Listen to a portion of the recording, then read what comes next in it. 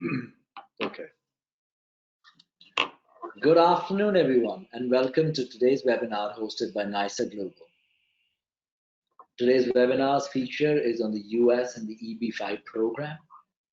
Before we go any further, I want to review the functionalities of GoToWebinar. Your active participation is very important throughout the session.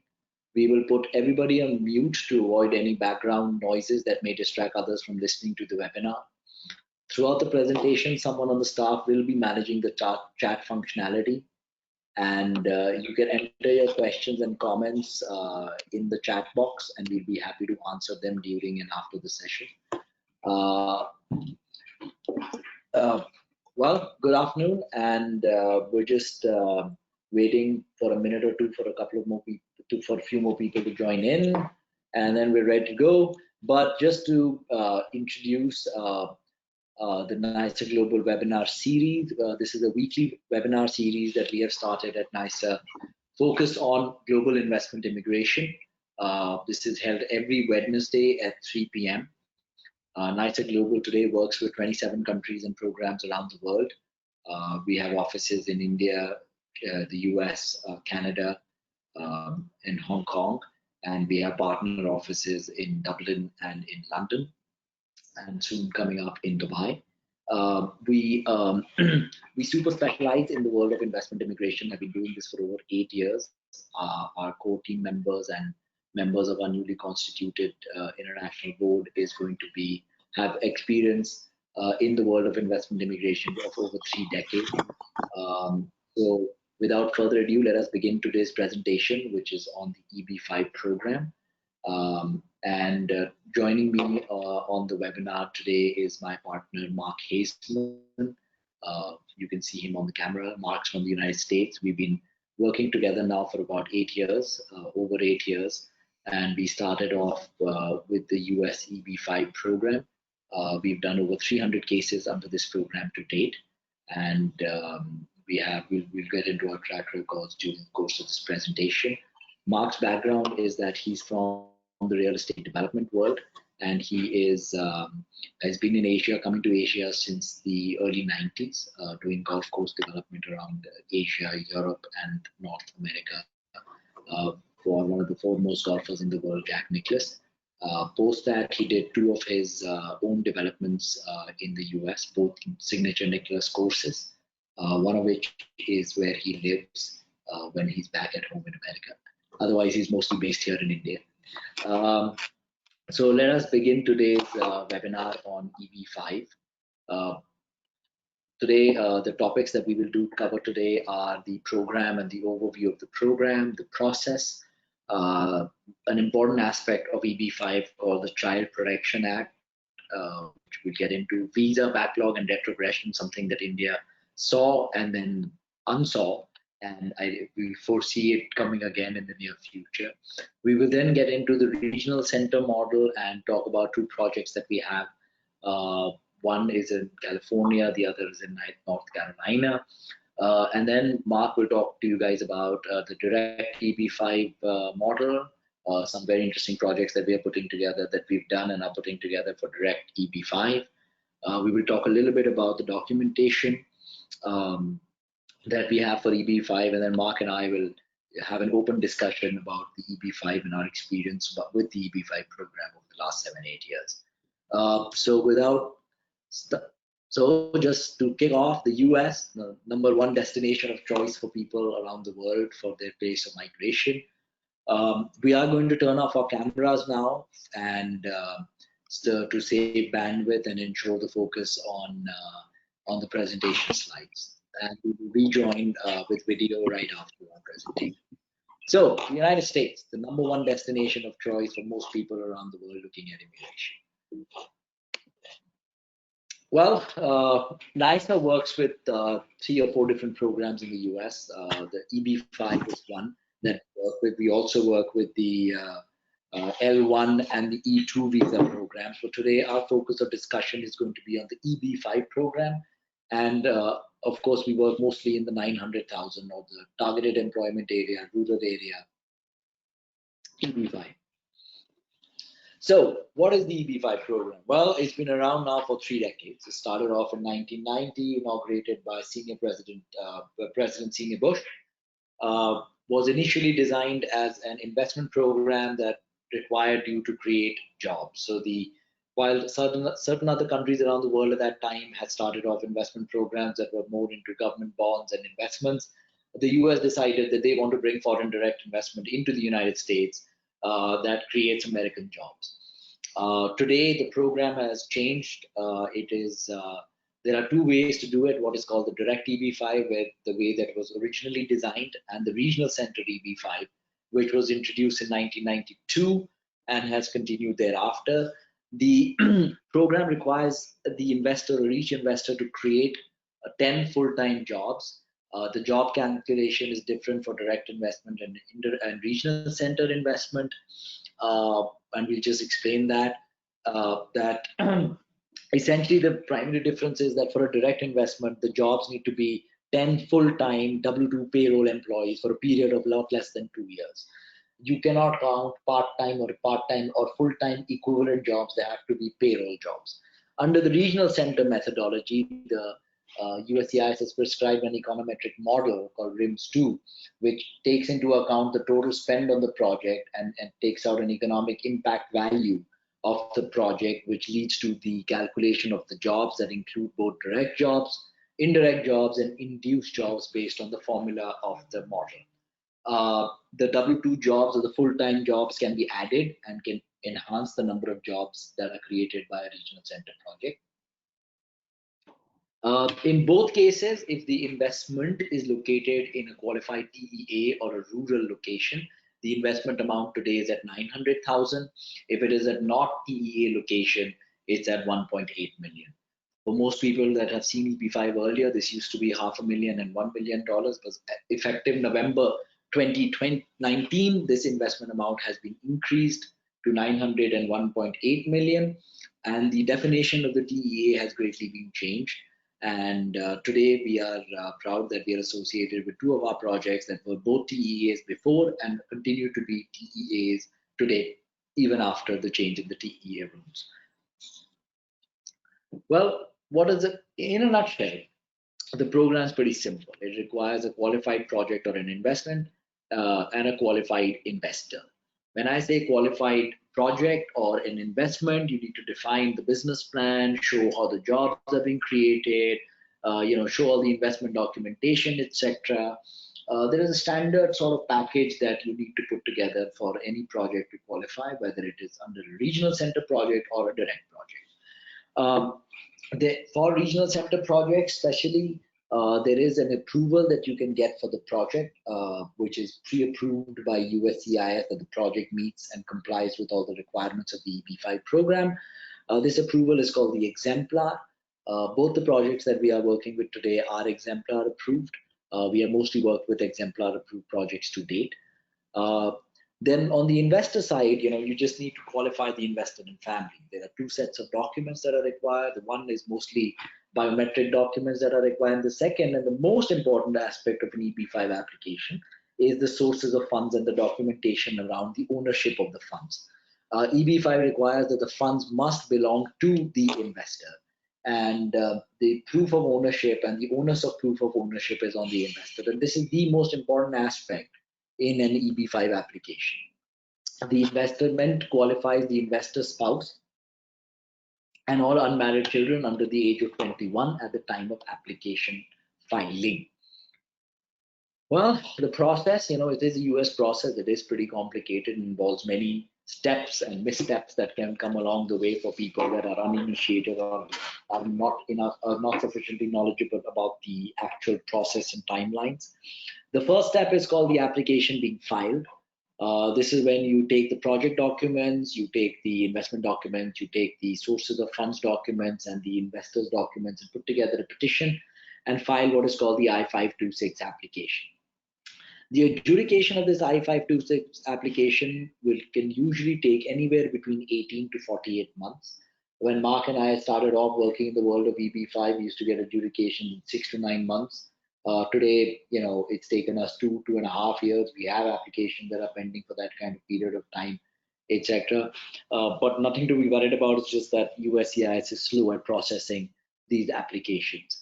When the application is adjudicated, you could get a straight approval, or you could receive an RFE or a NOID. An RFE is a lesser punishment document. It's basically asking for any more evidences. The USCIS has the right to ask you to explain any aspect of your application. Most of the RFEs that are issued will be towards the sources of funds or the investors' documents. We at NISA, once again, are pretty proud of our track record of having filed more than 300 applications till date, and we have more than 270 approvals till date in all the projects we worked with. So we are pretty confident about getting an application approved.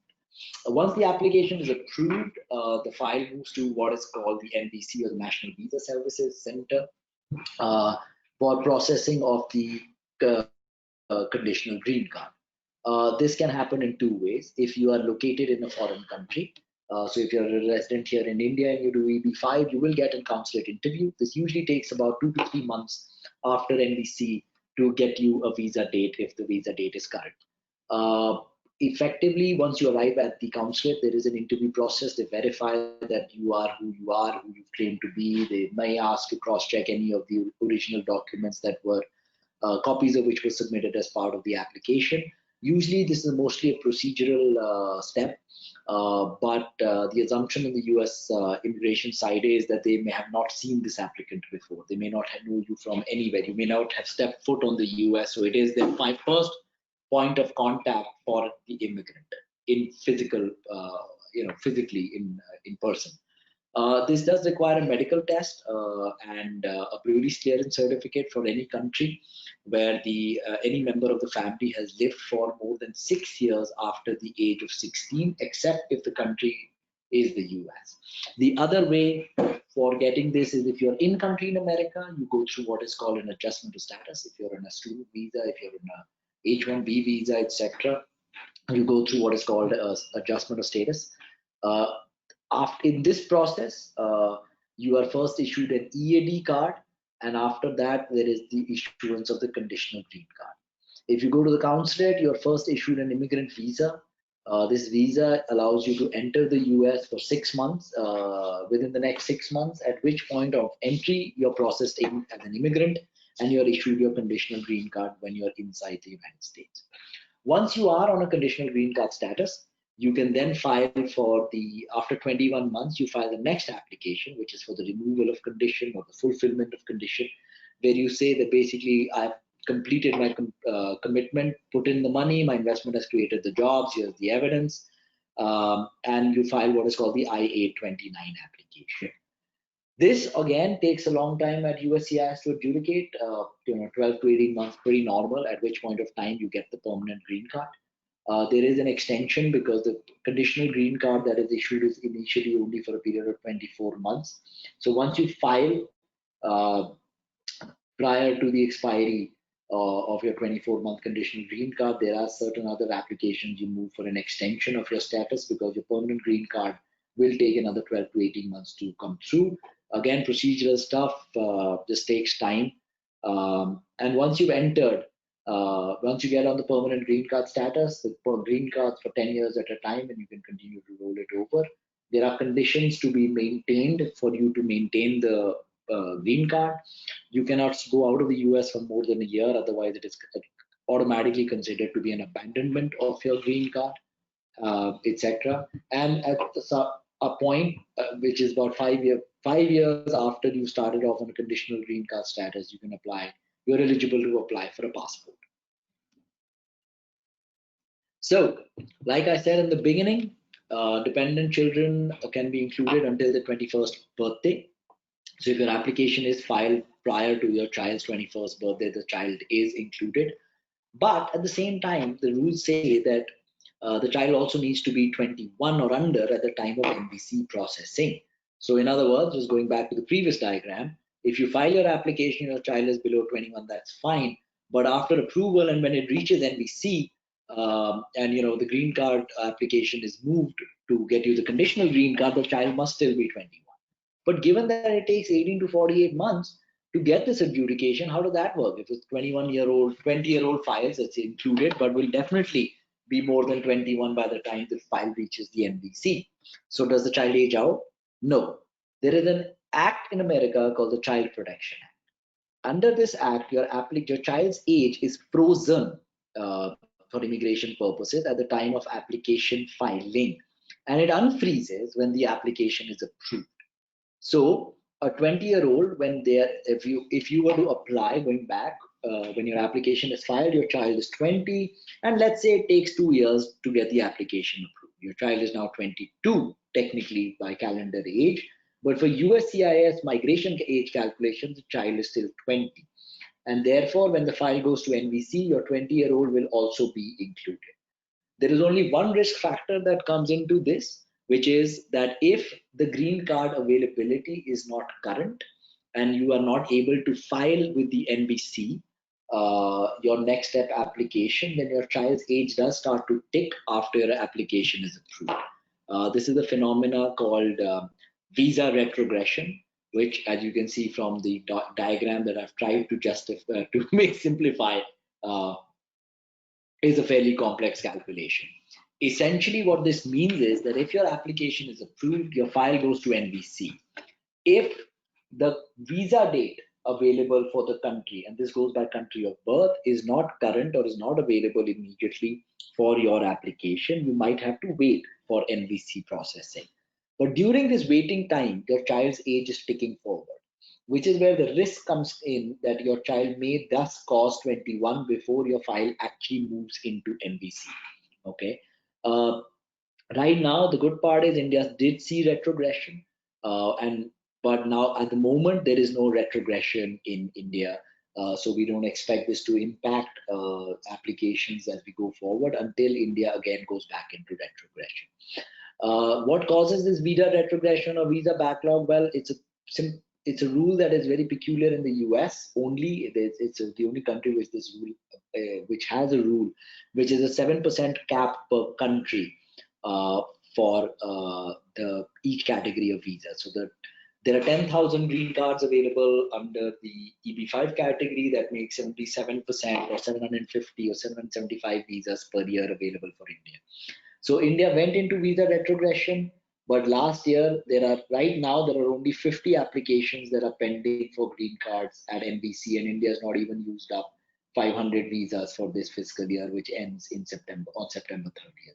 So unfortunately, because of the slowdown at processing at USCIS, India went into a backlog because they expected a large rush of visa applications to green card applications to come in at the NVC, but USCIS slowed down the application approval process. Therefore, nobody's reaching the NVC, and therefore India has come out of visa retrogression. So I don't know which is a better evil to have: slow processing at USCIS or backlog at NVC. Frankly, for a country like India, given that there is no backlog for as long as the number of people showing up at NVC doesn't increase very rapidly in a short period of time, it is better to see a slower processing of an EB5 application, because please remember that under the Child Protection Act, as long as your application is under adjudication, your child's age is protected. But if you have to wait for a long time after approval for NVC processing, then your child may age out. So this is a phenomena that we deal with. We've dealt with quite a lot. We've also advised, met with clients that have filed without being aware of the visa retrogression, and today are facing issues with child's aging out, etc. Well, the Regional Center EB5 program, is by far the more popular way for doing EB5. It is a passive investment that you do. The investment goes into another project. It is a structured mechanism. We've tried to explain the structure in 3 simple forms. There is the investor, then an investment company or an SPV that is created, and the actual project. For USCIS, according to their terminology, the investment company is referred to as a new commercial enterprise. This is where the EB5 money gets pooled. This investment company makes the investment into the project. The investment into the project could come in the form of equity or debt or mezz. The project spends the dollars on construction. Everything except purchase of land is qualified for job creation calculation under the econometric formula. The entire process is sponsored by a regional center, which is a body that is designated by USCIS. It used to be defined earlier by geography and industry, which meant that if I got a regional center license for, let's say Gurgaon in Haryana for a hotel project, then that's my limited geography and that's the limited industry that I can function in. They then changed this rule and there are no more limitations. So California regional center can sponsor a project in Indiana and vice versa. There are three models in the market today. One is where the regional center is owned by the project developer. Some of the larger companies in real estate have this model. The second, one of our projects is the same, and this is the first time.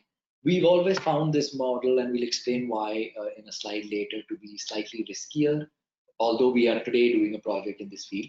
And we'll explain why. Because if the regional center and the project are the same, then how does the lender control the borrower, and what's the Chinese wall between the two, right? The second model is where the owner of the investment company or manager of the investment company is the regional center. The regional center sets up the investment company. The project is somebody else's. Typical regional centers, and our second project is in this model. And the third is that you could rent a regional center. The regional center is just a service provider. There are regional centers out there that just come up and you can rent them for $10,000 to $25,000 per annum. They will just give a stamp of approval and don't really have anything to do with the actual project. So the project could set up the investco and the project co and get a rent, get a regional center on rent that pays nothing else, no other role other than just compliances of USCIS for EB5 purposes. Like I said, the first project, the project that we have right now is a real estate development in San Diego, California. This project is called Cordovera. It is promoted by a New York listed major investment banking group. We like this project. It's very small percentage of EB5 at 15%, 85% comes in from the promoters. There's no third party lender. There is a first position mortgage to the EB5 investors, 5 times security cover. The project is fully under construction. Successful track record of EB5. There are more than 350 almost 400 EB5 investors between phase 1 and phase 2, which is Cordovera. The company has a 30-year-old track record in real estate. It is one of the largest real estate owners in Southern California. They have done some of the most marquee projects around the US. They are active on the West Coast and the East Coast. They have done several national award-winning projects. Their specialization is master planned communities. So what they do is they take a very large piece of land and they do almost a full planned community over there, almost like a mini township. Right now in San Diego, they have 13,000 acres of land that they're developing. And it's a massive, massive project. And they're extremely well capitalized and financed because they're a zero debt company to be able to do such a project. Like I said, the company that owns it is called HomeFed Corporation, which is the developer. It's 100% subsidiary of the Jefferies Financial Group. The model that they have is that the developer develops Cordovera, the land. It's a mixed-use development. They do the entire site planning. They divide it into residential, commercial, retail, and other. They do all the groundwork, the site, the infrastructure, roads, water, utilities. They put in all public infrastructure, like the school. If you see right in the middle of the picture, there's a little white building which is a school. They sell the single-family homes or the plots or the lots, as they're called in the US, to 3 home builders, Brookfield, Lennar, and Shea, that then develop their own configuration of homes and sell it to the retail market.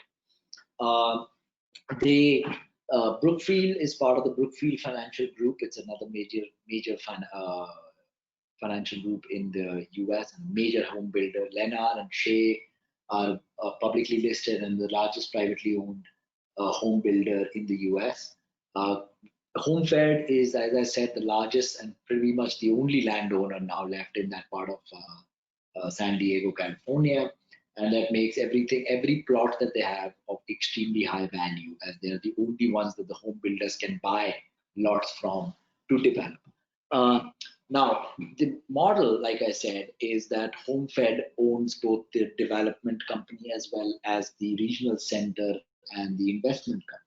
So this is a model that we stayed away from for all these years. And the only reason we have agreed and we like this project is because being a publicly listed company, being a company which is in the financial services space, there are absolutely transparent compliance-based structures built in to ensure that the investment company and the projects are completely separated and treated at completely arm's length distances.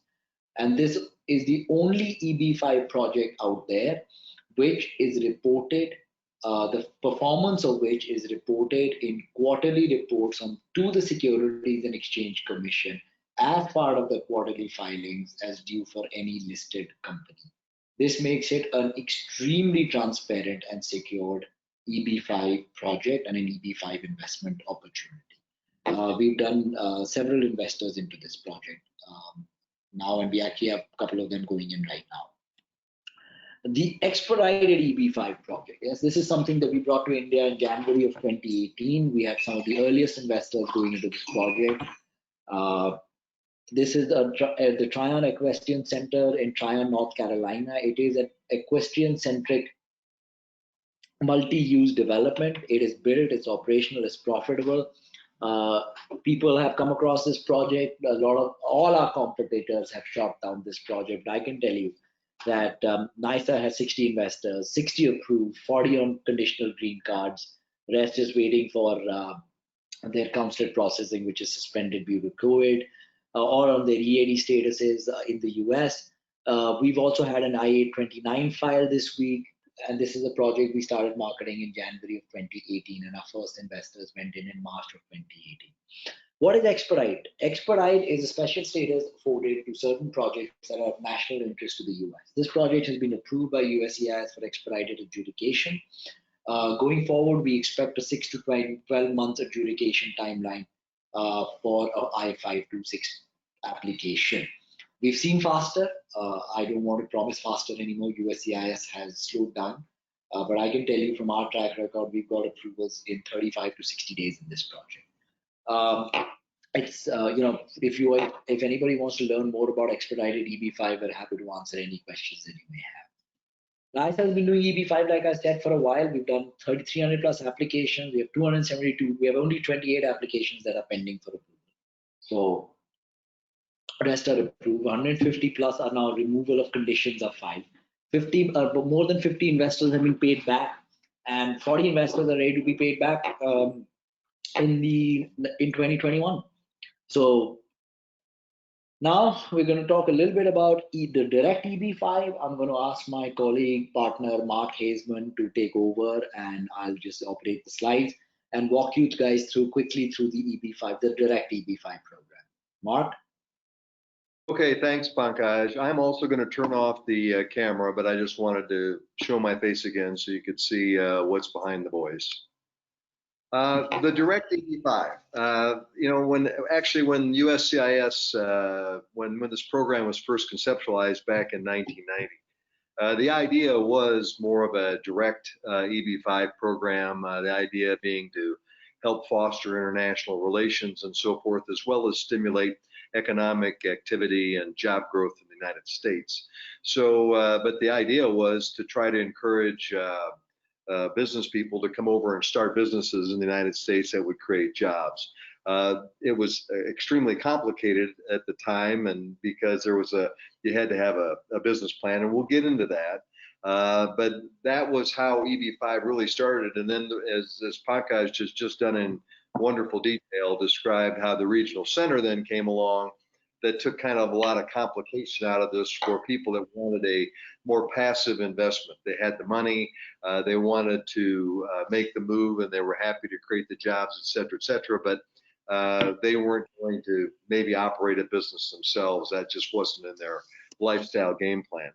But one of the things we do at NISA, and it's particularly, I think, harkens to my background, is to work with the direct EB5 program, which is, I would say, a more entrepreneurial startup sort of approach to EB5. And again, like I say, harkens back to the original intent of the program. In this circumstance, the direct EB5 model, the investor invests equity contribution into a U.S. entity, and then he actually owns the business and hires the employees.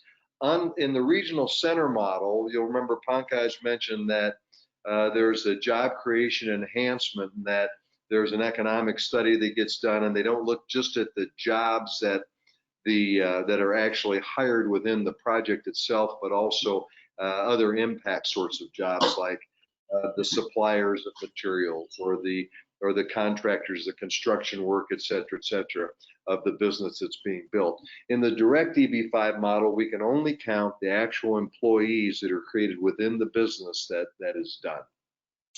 And just like in any other EB5 project, they have to be sustained for a minimum of 2 years from the date of application and approval. And so again, there is no credit for jobs that are created due to construction spend. The direct EB5 model can be done, however, with a rented regional center, and then you could count those sorts of jobs. In other words, if you went ahead and, when we say rent, you can, there are a lot of regional centers that have been approved that may be held by attorneys or what have you, that are willing to be the be the responsible party to USCIS for the job creation. And so under that scenario, it is possible that you could, if need be, you could count those types of jobs. Next slide, please.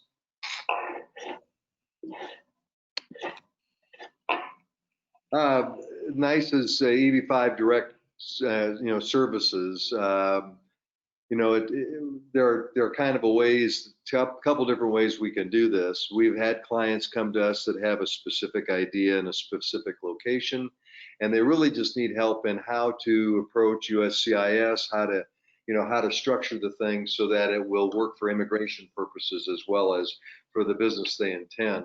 Then there's also, we have scenarios where we have gone out and found actual businesses. They may be franchise opportunities. There's a group called Fat Brands that is a series of different branded fast food or convenient food locations. They have a structure that you can do a franchise and create the jobs and so on and so forth and meet the criterion. We're also working on a program in the Midwest region for senior living, which has become particularly important post-COVID and so forth, as to how to make that more sophisticated. So NISA has its own opportunities that, as we state here, that we curate or we create, that you can come in and invest in, own, operate, or perhaps hire a manager in the structure. And then we also have, like I say, we are also more than happy to listen to your ideas and help you structure what your dream is around the EB5 program and how you'd like to pursue business in the United States. Next slide, please.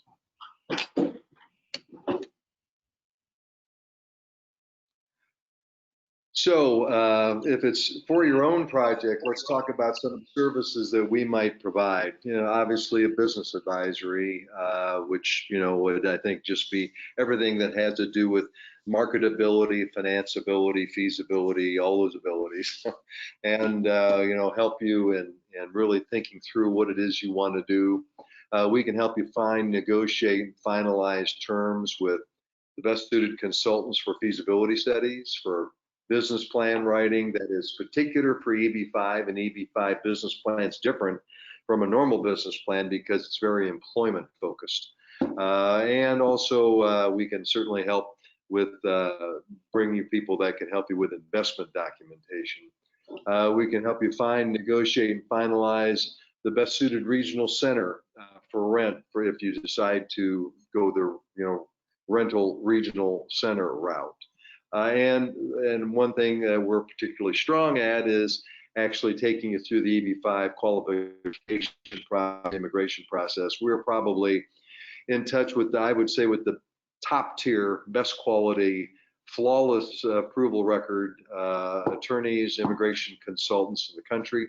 And we have, we're very proud of our track record. Likewise, we associate ourselves on with those people that, like I say, have a flawless record and 100% approval. As to the investor, we can consolidate all the EB5 personal documentation, assist in the finalization of your source of funds strategy, and supporting documentation, and then at the end of the day, do the finalize the application and terms with the best suited immigration attorney. Next slide, please. A case study. We had a couple of Indian gentlemen from Gurgaon approach us last October, and they, as you may remember, the minimum investment amount in the EB5 world was getting ready to change, and it had been announced that it was going to increase substantially within about 60 days of when these guys came to us, and they were evaluating whether to go the regional center route or whether to take advantage of a family opportunity that they were considering and do business for themselves. See, the thing about a direct EB5 is, you're in a regional center project. NISA does its best at its due diligence, finds the most risk-free, but they tend to be low return sorts of circumstances. I think you'd find standard in the EB5 world, projects that pay 0 to half a point a year. The EB5 direct scenario, however, is much different. In this scenario, it's just like if you were to start a business in India or somewhere else. You start a business, you invest your capital, you take the risks, you win, you win. If you win big, you win big. If you lose it all, you lose it all. It's really kind of up to you. We'll help you, obviously, as all the services we talked about before in terms of how to structure things and try to mitigate those risks as best we can. But nonetheless, you have opportunity for a big upside. You also have the opportunity for the downside risk. And along the way, you still have to create the jobs. These fellas that came to see us were residents of Delhi, 2 family members. They had an uncle that lived in Phoenix, Arizona, that owns and operates about 25 petrol pumps, which we call in the U.S. gas stations or convenience stores. The site was actually for their proposed project was land that was owned and was going to be contributed by the uncle. It was about 5 acres that was adjacent to the gas station property. And what the idea was to create what I would call a 3-star or 2-star limited service hotel motel. In the U.S. like a Best Western type thing. In fact, it looks like this will be a Best Western, plus a quick service restaurant. The area the uncle in particular had determined was underserved in terms of hotel and quick service restaurant, and wanted to create something to enhance his business. And it created for these 2 investors that were the 2 nephews in India the opportunity to come and build a business and thereby also qualify for the immigration benefits under EB5. So what they asked us for was to help, qualify for direct EB5 to investors. That was going to, and for EB5 purposes, USCIS was going to want to see feasibility study and a business plan, really see that this was a real project and it was possible, that this wasn't just somebody was putting together to try to get an approval and then run away or something, as if you could actually do that. And then we also, from a compliance standpoint, for EB5 purposes, were needed to make sure that the source of funds and all the other requirements were handled in a very buttoned-up manner and according to USCIS requirements. As I mentioned before, we had about 60 days to complete the work because the EB5 investment risk minimum was getting ready to rise from $500,000 to $900,000 that November. Next slide, please.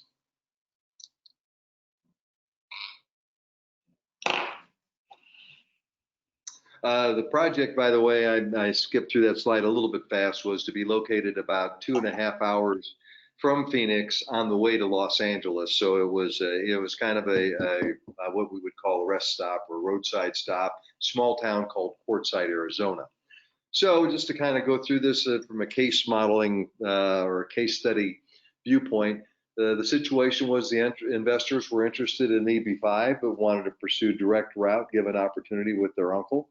The uncle was a longtime gas convenience store owner operator in the western United States and had an existing facility with 5 adjacent acres along a major U.S. interstate highway planned for development of a limited service hotel and a quick service restaurant.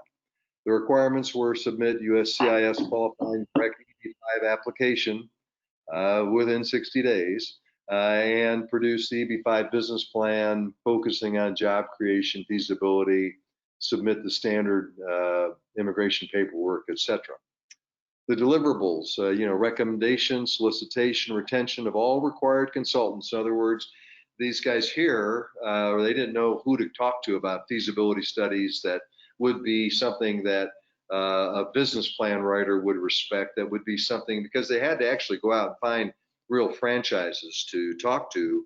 And so they had to have, good business plan. And again, that USCIS could see that these guys had really done their homework. So we helped them find all the consultants and on the business side. And then we also used a firm, Herson and Associates, that had helped us with lots of EB5 immigration work, and we're very familiar, had done some direct EB5. And so they were terrific too at jumping right in and getting this done, in a hurry, really, but it was adequate time to get it finished. In fact, I think we beat the deadline by 4 or 5 days.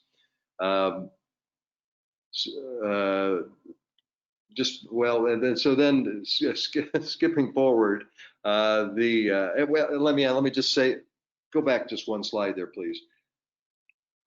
Just the results were, again, that we organized and effected the timeline deliverables such that EB5 business plan objectives were delivered on time, on the budget, and now the investors are awaiting their EB5 approval. Next slide.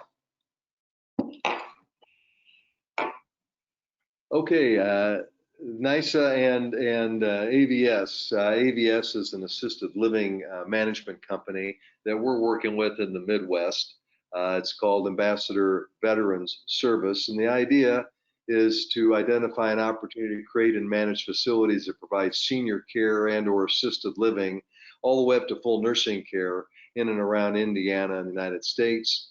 AVS is interested to develop, construct, and manage a facility in Puerto Rico, but we're also talking about doing a number of smaller facilities within the state of Indiana, and these opportunities may qualify for direct and or regional center EB5 investments. And so we're kind of exploring it with these guys together. You want to move on to the next slide.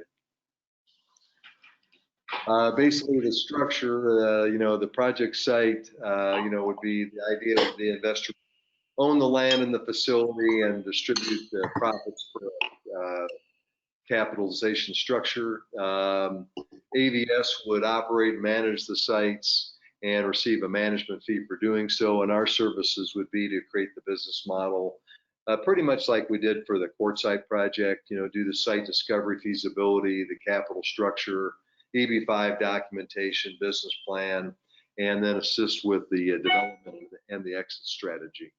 Next slide. Again, the Indiana opportunity, I think, seeing a little similar structures in the background. Senior living and or assisted living facilities at tier 2 and tier 3 locations, what we would call, which you would consider in India, very small towns, populations of, 50,000 to 300,000-400,000 people, places, a lot of places that you wouldn't have heard of, like Muncie and Shelbyville and Franklin. The idea is to do 50 to 60 unit facilities that would, probably range in cost from $5 to $10 million per facility, and that the idea would be that we create 10 plus facilities across the state of Indiana and perhaps the adjoining states if there were locations that made sense. Why Indiana? We have a lot of local expertise and connections in that area. I personally am a real estate developer. I've not done senior living, but I certainly know those guys. But I've done a lot of development work around the Midwest, including Indiana and Michigan. Indiana also has great tax incentives. We work closely with the World Trade Center of Indianapolis and the state. So we're able to keep our investors informed about certain grants, tax incentives that might be available. And the Midwest is a solid location in terms of procedures and cost. And so things are fairly efficiently done as opposed to the large metropolitan areas on the coasts. So we feel like it's a very comfortable, very straightforward, very honorable place to work. And then the exit strategy, the idea is that we would find probably 10 to 20 investors to provide the equity for these facilities, these 10 plus facilities, and that at some point, once the facilities were up and operating, if the investors wanted to sell, then we could put them into a package and perhaps sell them into a real estate investment trust. Next slide, please. Source of funds. I think, Pankaj, take this back over. Yep. All right. Okay, thanks. All right, sources of funds, the most important part of the documentation of an EB5 application, right? This is an area of expertise, specialization. We've done lots and lots of these. There's no prescribed list. The USCIS will never say, provide this and this is okay. The onus is on an investor to prove the rightful ownership of funds. There are three essential elements to the documentation: sources of funds, path of funds, and proof of funds. Essentially, we do a deep dive into tracing back how the money came to belong to the investors, whether it was from salaried income, whatever it was, whether it was properties related. And we've done some very interesting cases related, going back to properties that were purchased back in the 50s, 1950s, etc., and how to document around those, because obviously there is no evidence available now of how those properties were purchased. So it's a very interesting mechanism. USCIS is very careful about allowing the sources of funds to be admitted into the United States. But at the same time, they understand the limitations that people have in terms of the vintage of the paperwork, etc. So you just have to basically build the case properly. And if you can build the case properly, you'll get approved. So this is something we've done for very, very complicated cases. And it is very customized to each investor and differs for each investor. It's not like you just put up your income tax returns and that's it. In fact, income tax returns are not even looked at by USCIS. So really, it's a very particular process that we follow to document the sources of funds. Well, we do have some questions coming in, and I will like to answer that.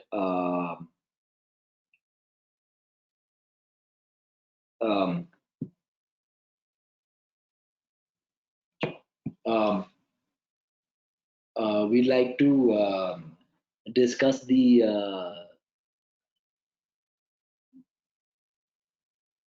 so there are some questions coming in, which is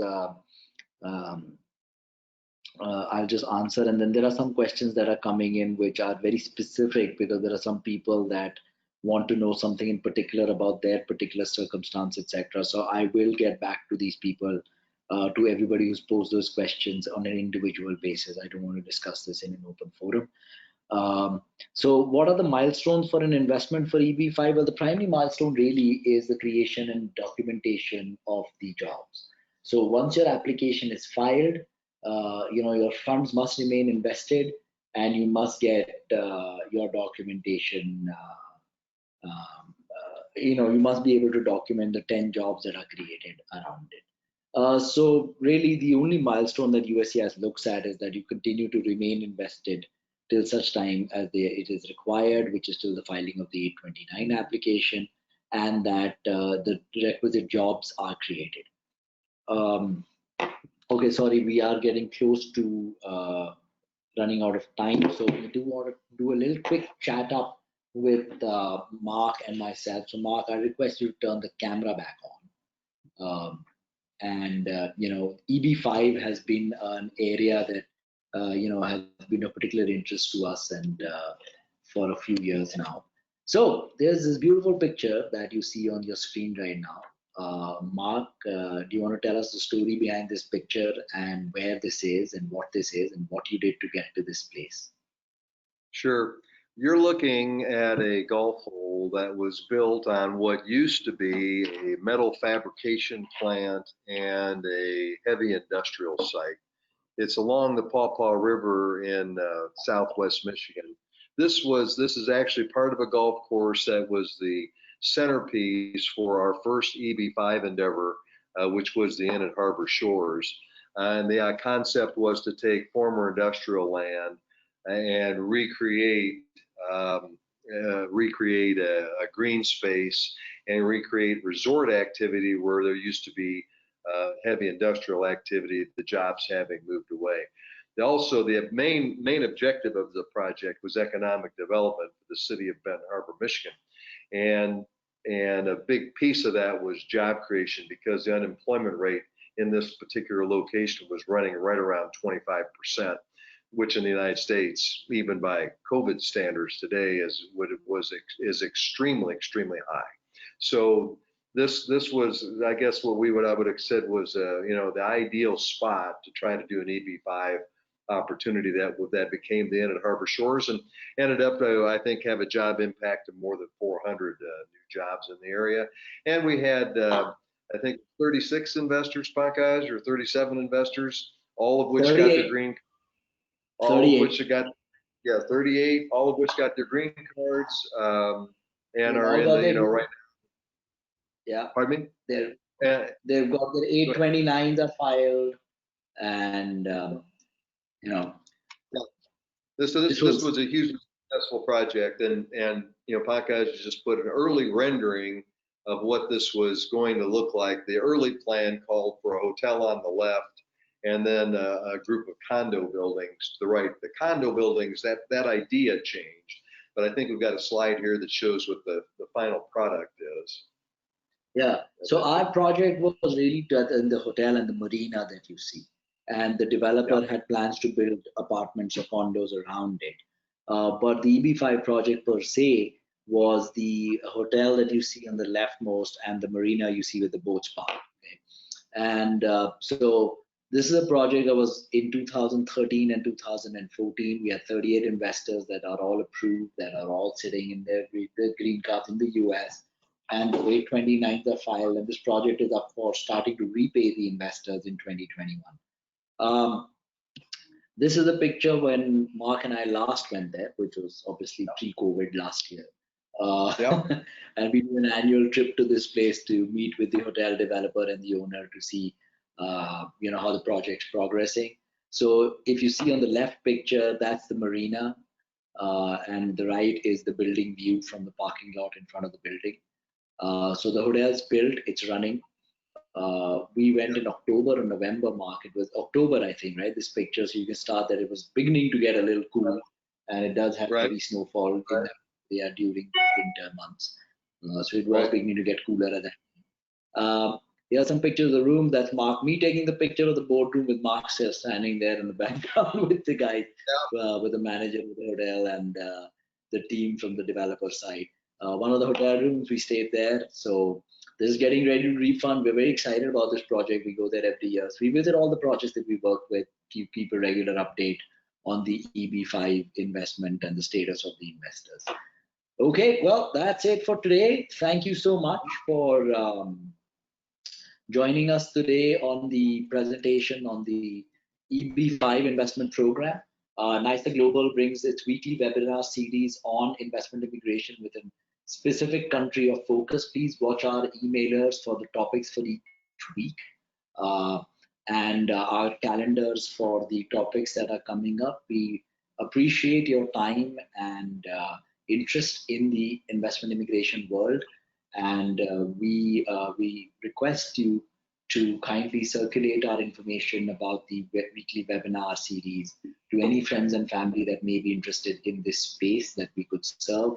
You can visit our website, which is www.nysaglobal.com, or call us at +91 98 99100 96169. WhatsApp us, email us at contact@nisaglobal.com, or call us at 99100 96169, and we'll be happy to meet with you, discuss your individual candidature and profile, and talk about various programs that we work with. We do have active programs that we work in North America, so we do US and Canada. The Canadian investment program is very popular with our clients as well. We do have programs in Europe. We do have citizenship by investment programs. So please visit us or call us, contact us to learn more, and please request you to spread the word and get anybody that you know to join, who could be interested to join our webinar. Thank you so much. Over and out for today. See you next Wednesday. Thank you. Bye-bye.